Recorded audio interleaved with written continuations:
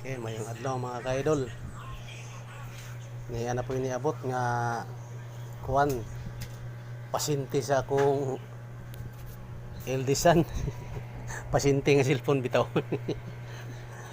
Bag-o na po ni nga niabot diri nagpatulid tungod kay nisalig na po sa kalidad sa pagtulid sa akong anak.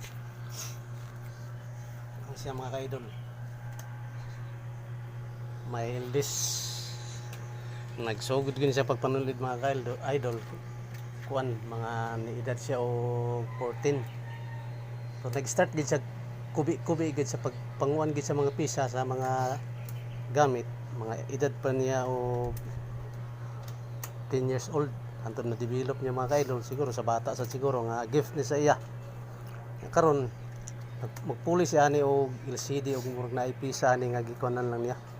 Dire gud ingon nga digid ingon nga dako nga daot pero at least common problems na ni sa mga cellphone nga labi nag mga sa cellphone karon nga dili gid ingon nga kuan gid siya kung para sa mga karaan mga matawag gid niya kuan matawag nga original gid kayo naani siya sa ibutang plus E